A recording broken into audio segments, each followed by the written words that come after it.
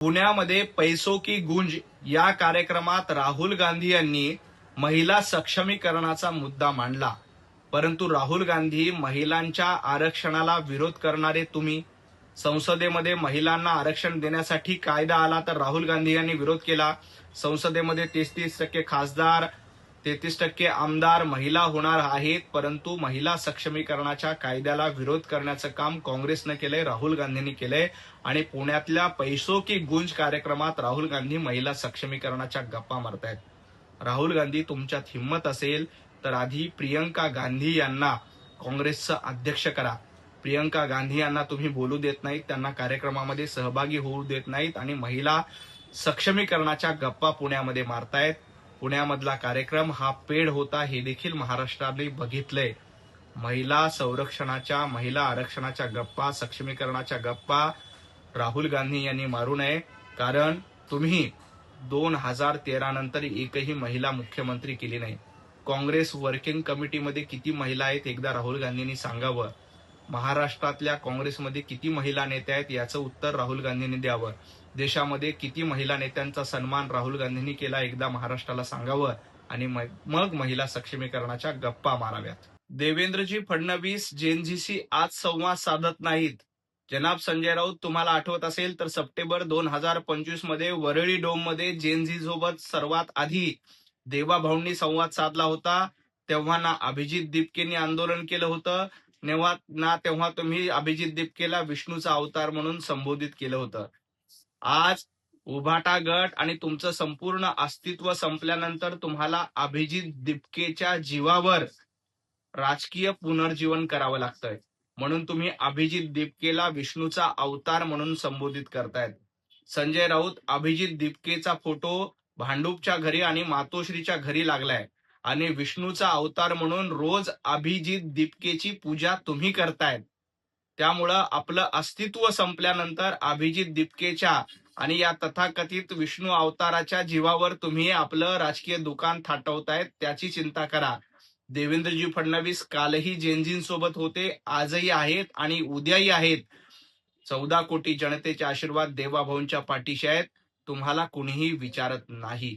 जनाब संजय राऊत, राहुल गांधी यांच्या पैसो की गुंज या कार्यक्रमाची पोलखोल केल्यानंतर तुमचा तिळपापड झालाय, तुम्हाला मिरची लागलीये. काल संगमनेरमधनं बस भरून आणल्या होत्या, कोल्हापूरमधनं बस भरून आणल्या होत्या आणि पैसे देऊन पैसो की गुंज हा कार्यक्रम पुण्यामध्ये केला. संजय राऊत, राहुल गांधींना रिलॉन्चिंग करण्यासाठी किती पैसे वाटणार आहेत, किती कोटीचं बजेट आहे एकदा महाराष्ट्राला सांगा. आणि तुम्ही सगळ्यात मोठे दलाल आहात. तुम्ही कधी मातोश्रीच्या पेरोलवर असता, कधी सिल्वर ओकच्या पेरोलवर असता आणि कधी आता राहुल गांधींच्या पेरोलवर जनाबगिरी करण्याचं काम संजय राऊत तुम्ही करतायत. ज्या पद्धतीनं खासदारकी मिळवण्यासाठी राहुल गांधी यांचं लांगुल चालन करण्याचं काम संजय राऊत तुमच्याकडनं सुरू आहे. त्यामुळं सगळ्यात मोठे पेड वर्कर कोण आहेत तर संजय राऊत तुम्ही आहात. कारण तुम्ही सिल्वर ओक, मातोश्री आणि सोनिया गांधी, राहुल गांधी यांच्या पेरोलवर काम करण्याचं काम करतायत. आणि काल ही छात्रो की गुंज नाही तर पैसो की गुंज आहे हे पुन्हा एकदा सिद्ध झालं. तिथले विद्यार्थी हे काँग्रेसच्या नेत्यांच्या महाविद्यालयातले विद्यार्थी होते. त्यामुळे छात्रो की गुंज नाही तर पैसो की गुंज हा कार्यक्रम पुण्यात झाला. राहुल गांधींना पंतप्रधान करायचं आणि त्यांचं पेड वर्कर प्रमोशन करायचं यासाठी जनाब संजय राऊत यांनी काल रात्री एक ट्विट केलं होतं आणि सांगितलं की पुण्यात किती मोठी भव्य गर्दी राहुल गांधींसाठी आली. परंतु जेव्हा ते लक्षात आलं की तो मेक्सिको मधली गर्दी होती, मेक्सिको मधली गर्दी राहुल गांधींची पुण्यातल्या सभेची गर्दी म्हणून जनाब संजय राऊत सांगत होते. जेव्हा हे लोकांनी लक्षात आणून दिलं तेव्हा संजय राऊत यांनी पळ काढला आणि ट्विट डिलीट केलं. संजय राऊत, राज्यसभेची उमेदवारी मिळवण्यासाठी काँग्रेसकडनं किती लांगुल चालन करणार आहात? मेक्सिको मधली गर्दी तुम्ही राहुल गांधींची गर्दी सांगतायत. लोकांनी तुम्हाला तोंडावर पाडलं आणि तोंडावर पाडल्यानंतर जनाब संजय राऊत यांनी पळ काढला आणि ट्विट डिलीट केलं. येणाऱ्या काळामध्ये तुमचं राजकीय अस्तित्व डिलीट करण्याचं काम ही जनता निश्चितपणे करेल.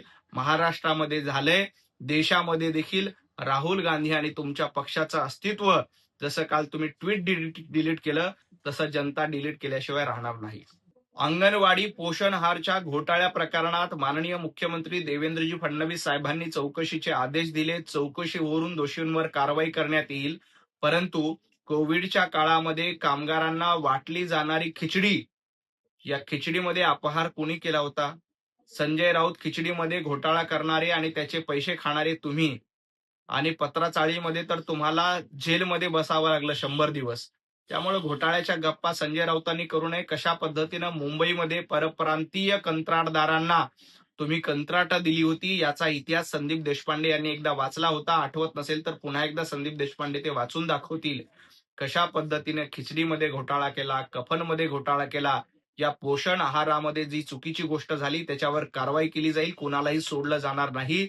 परंतु आधी कोविडच्या काळामध्ये कामगारांची खाल्लेली खिचडी याचा हिशोब महाराष्ट्राला जनाब संजय राऊत, उद्धवजी ठाकरे आणि उभाटा गटाने दिला पाहिजे. जनाब संजय राऊत हातभर कुणाची फाटली हे महाराष्ट्रानं विधानसभेच्या निवडणुकीला बघितलंय आणि महापालिकेच्या निवडणुकीला बघितलंय. तुमच्या पाठीमागे एवढी ठिगळं झालीत की ती आता शिवता देखील येत नाहीत. तुमचे खासदार तुमच्यासोबत नाहीत, आमदार तुमच्यासोबत नाहीत, नगरसेवक देखील तुम्हाला सोडून जात आहेत. महाराष्ट्रातल्या जनतेनं तुमची टराटरा फाडली, तुमची इज्जत काढली आणि तुम्हाला घरी बसवलं. आणि कुणाच्या आईचा घो? तुमच्या पक्षाचा घो झालाय.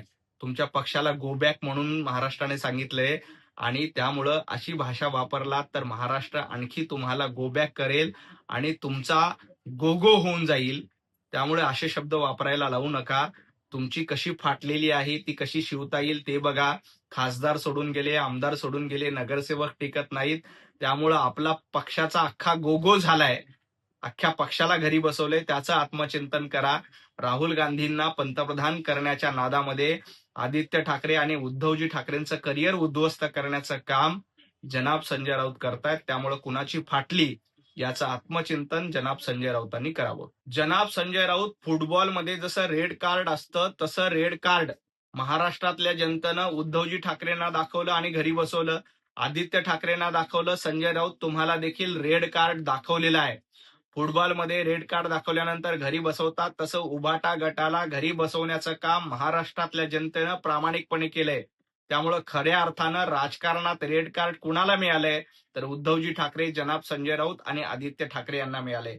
आता तुम्ही फुटबॉलच्या मैदानासाठी आंदोलन करतायत, परंतु अशीच मुंबईतली शेकडो एकरची मैदानं गेल्या 25 वर्षात खासगी बिल्डरच्या घशामध्ये घालण्याचं काम उद्धवजी ठाकरे, आदित्य ठाकरे यांनी केलंय.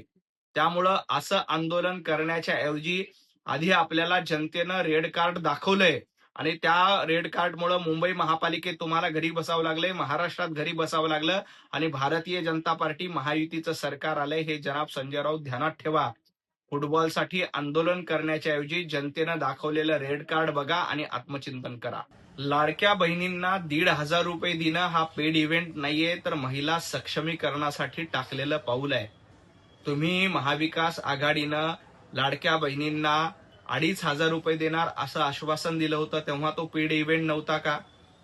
परंतु या लाडक्या बहिणीनं तुम्हाला नाकारलं आणि यापुढे तुम्ही लाडक्या बहिणींचा अपमान करत असाल, लाडक्या बहिणींना पेड इव्हेंट म्हणून हिणवणार असाल, लाडक्या बहिणींना विकत घेतलं म्हणून सांगणार असाल तर या लाडक्या बहिणी तुम्हाला चपलेनं मारतील. विधानसभेच्या निवडणुकीलाही लाडक्या बहिणीच्या श्रापामुळं तुम्हाला घरी बसावं लागलं. कारण लाडकी बहीण योजना बंद करण्यासाठी काँग्रेस कोर्टामध्ये गेली. संजय राऊत तुम्ही देखील लाडक्या बहिणीला आज विरोध करताय, परंतु या लाडक्या बहिणीचे शिव्याश्राप घेऊ नका. लाडक्या बहिणी संतापल्या तर उभाटा गटाचं संजय राऊत तुमचं उरलं सुरलं अस्तित्व देखील संपून टाकतील, हे संजय राऊतांनी लक्षात ठेवावं. जामनेरच्या पॅटर्नचं नाव घेण्याच्या आधी मुंबई महापालिकेत 25 वर्ष भ्रष्टाचाराचा मातोश्री 2 पॅटर्न कोणी राबवला होता? कुणी मातोश्री 2 कशा पद्धतीनं उभं केली, कुणाच्या कमिशन उभी केली? मातोश्री 2 पॅटर्न एकदा संजय राऊतांनी महाराष्ट्राला सांगितलं पाहिजे. आणि चंपतराय कोण आहे आणि उभाटा गटाचा संपत राऊत कोण आहे ज्याने अख्खा उभाटा गट संपून टाकला ते महाराष्ट्राला माहिती आहे.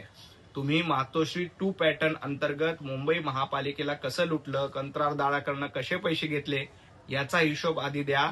जामनेर पॅटर्न हा महाराष्ट्राला माहिती आहे. कुंभमेळा हा हिंदूंचा मेळावा आहे. हजारो हिंदू, लाखो हिंदू तिथे येणार म्हणून जनाब संजय राऊत तुमच्या पोटामध्ये दुखतंय.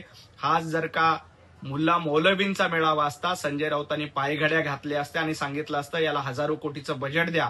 परंतु हिंदूंच्या सणाला विरोध करण्याचं काम, हिंदूंच्या कुंभमेळ्याला विरोध करण्याचं पाप जनाब संजय राऊत तुम्ही करतात. तुम्हाला ही पाप फेडावी लागतील. तुम्ही कुंभमेळ्याला कितीही विरोध केला तरी कुंभमेळा मोठ्या थाटामध्ये उत्साहामध्ये होणार. साधू संतांचे आशीर्वाद महाराष्ट्राच्या पाठीशी आहेत आणि महाराष्ट्रातील जनता कुंभमेळ्याच्या सोबत आहे. तुम्ही कुंभमेळ्याला विरोध केला तरीही काहीही फरक पडणार नाही.